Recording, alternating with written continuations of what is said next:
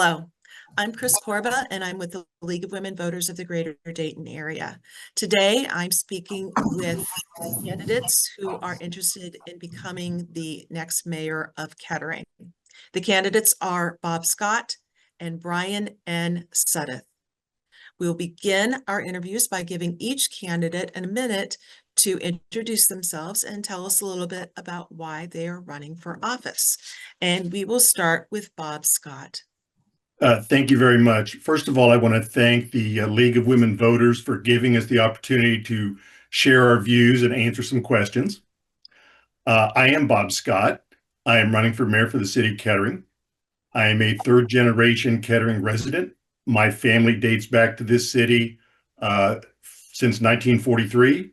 I've raised my children here, went through the school system, had my first jobs in Kettering, bought my first house in Kettering. So Kettering is home to me. The reason I'm running is as a two-term council person, I understand how the city government works. And I think even more importantly, my work career is from the business world.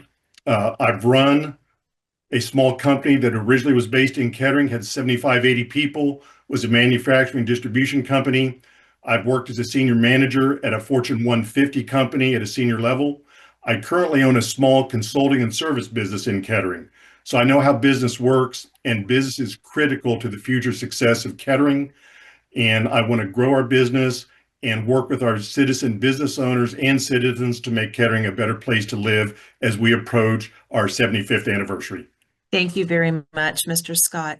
Bryan Suddith, you have a minute to introduce yourself and tell us why you're interested in running for mayor.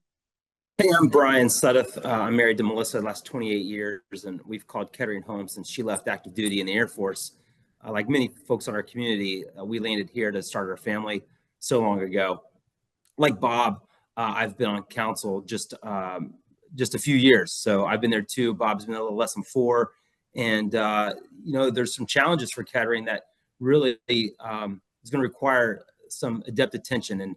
And I've been a local government professional for over 20 years. I have a master's degree in public administration from the University of Dayton.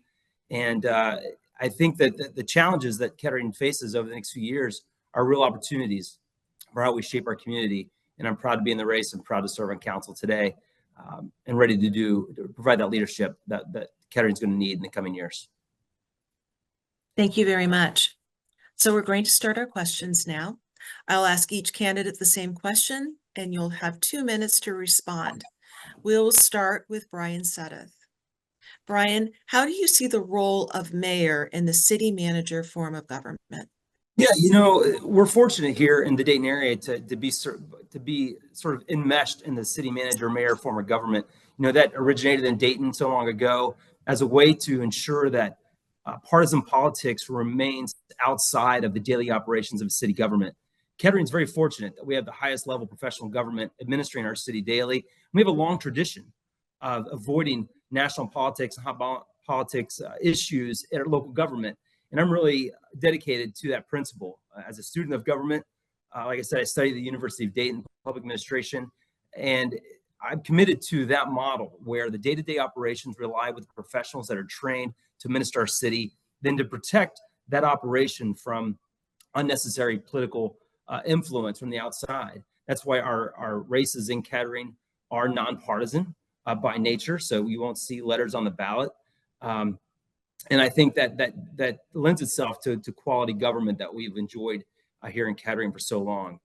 The role of mayor is simply to be the leader of council. It's 1 vote of 7, but to build consensus amongst those leaders so the direction given to the professional staff from the elected leadership is concise and clear and aligned with the things that our citizens have poured into to give us the direction, whether that's a strategic plan or the comprehensive plan, where citizens have come together and through conversations, hundreds of hours of input to give the elected leaders the direction.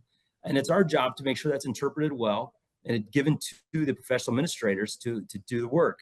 And Kettering is probably the best example of how well this works in our region. And the mayor, again, is that leader of council to build consensus and provide that clear direction to staff. Thank you very much. Mr. Scott, same question. How do you see the role of mayor in the city manager form of government? In the city manager form of government is somewhat similar to the business world. The city manager is the CEO of the city. The mayor functions almost like chairman of the board, meaning the board would almost be like the council. The mayor can be the face of the city, interact with other mayors, listen to citizens, help direct the council, work with the council, build consensus, and additionally, kind of be the face of the city and set the chart for the city as we progress. I think it's important to be able to meet with business leaders, both in Kettering and outside of Kettering. And additionally, I would also agree that we've been fortunate that our council is nonpartisan. And it was told to me a long time ago, there is no such thing as a Democratic or Republican pothole. Citizens just want results.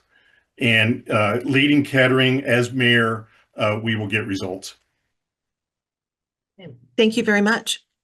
Our second question will begin with Robert Scott.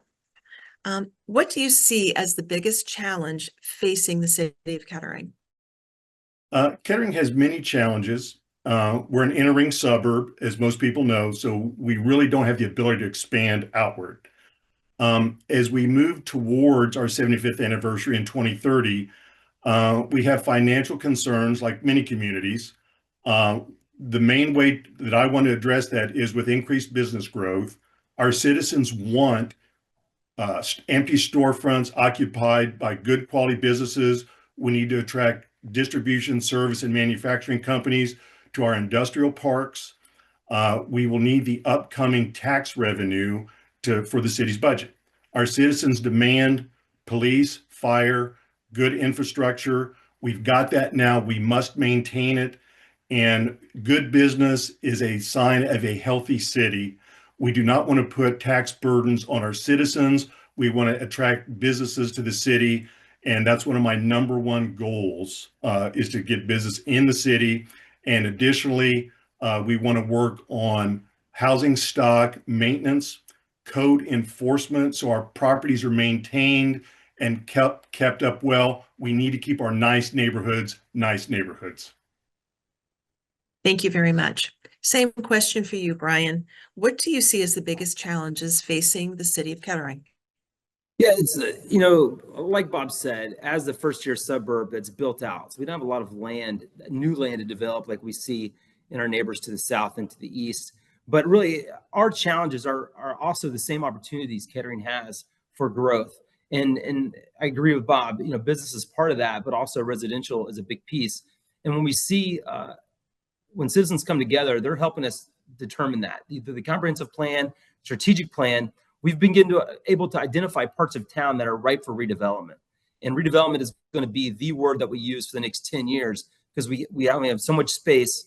There are land that's being unutilized. And we're spending that process now with residents to determine how do we envision those underutilized areas as something new, whether that's townhomes or condos or higher density housing, or is it ripe for redevelopment for new business? The model of a lot of strip mall retail, that doesn't really fit the model of what our economy is going to look like over the next 2 decades. So how do we re-envision that space?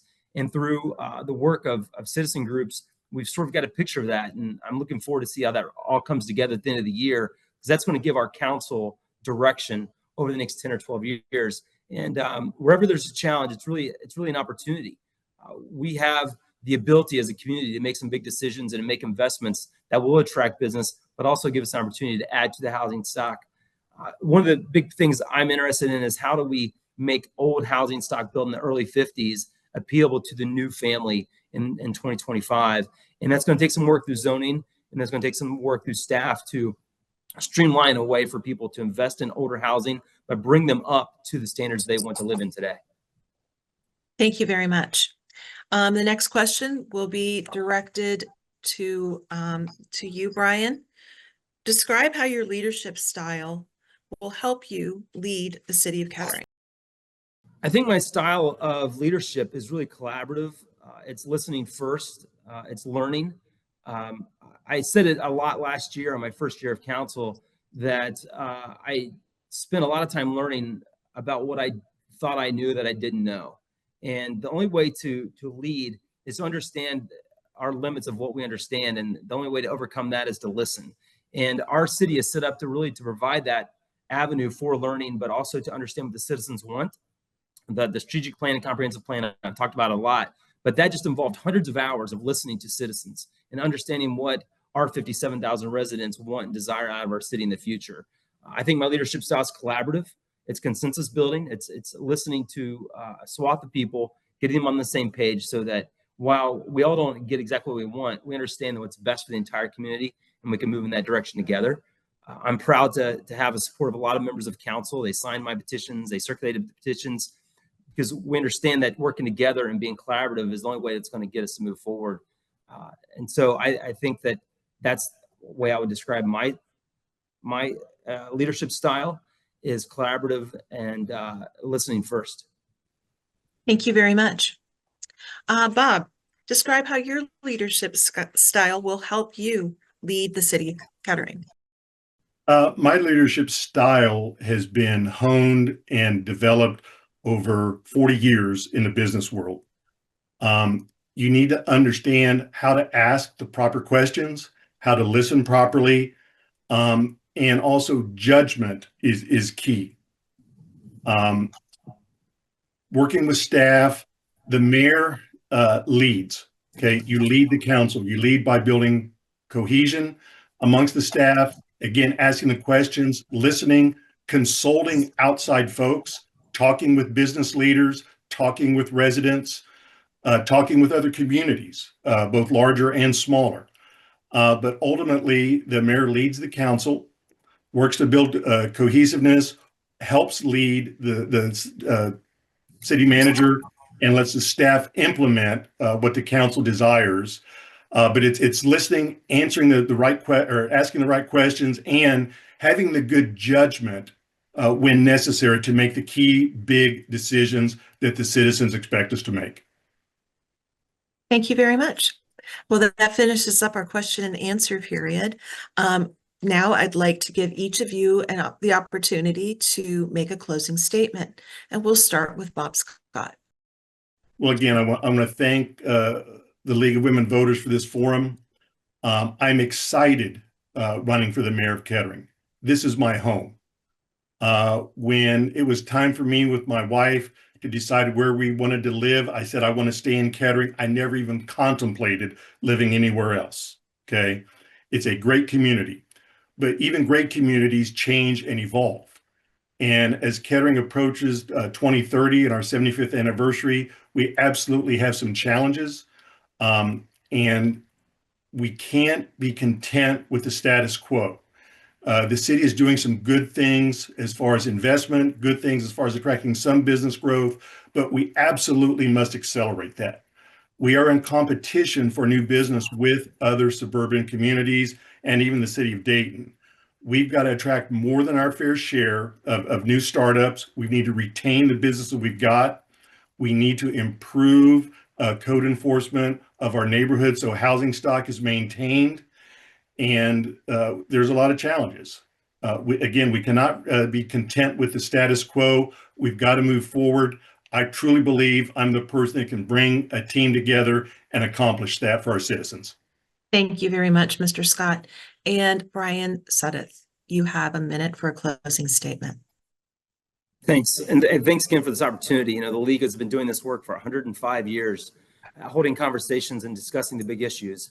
And that's where collaboration and understanding starts, as big conversations. And I really believe this campaign and the direction of our city happens on porches, not at podiums. And that's going to be the theme of my campaign and my leadership as mayor. I believe this election matters because a collaborative, experienced leader is necessary for the next phase of our city. I said it before, the challenges before us are opportunities. And with input from the citizens and just a collaborative effort, we're going to meet those challenges and we're going to see real growth in our city. People are already beating down their doors to live here. We don't have a dozen houses for sale right now because people already are attracted to our city. It's just maintaining that over time, refining some things, and making sure that we're doing a great job of listening to citizens, communicating that to the staff, and sticking to the plan that we've all spent so much time onto. I think the voters are the most important stakeholder. The citizens and the residents of our city are the most important stakeholder, and I'm committed to work for them. And it's a real honor just to be here in the race and to be having these conversations with people who are listening and paying attention. Thank you very much to both of you. I'm so glad that you agreed to participate today. The League of Women Voters encourages all candidates to run on issues-oriented campaigns.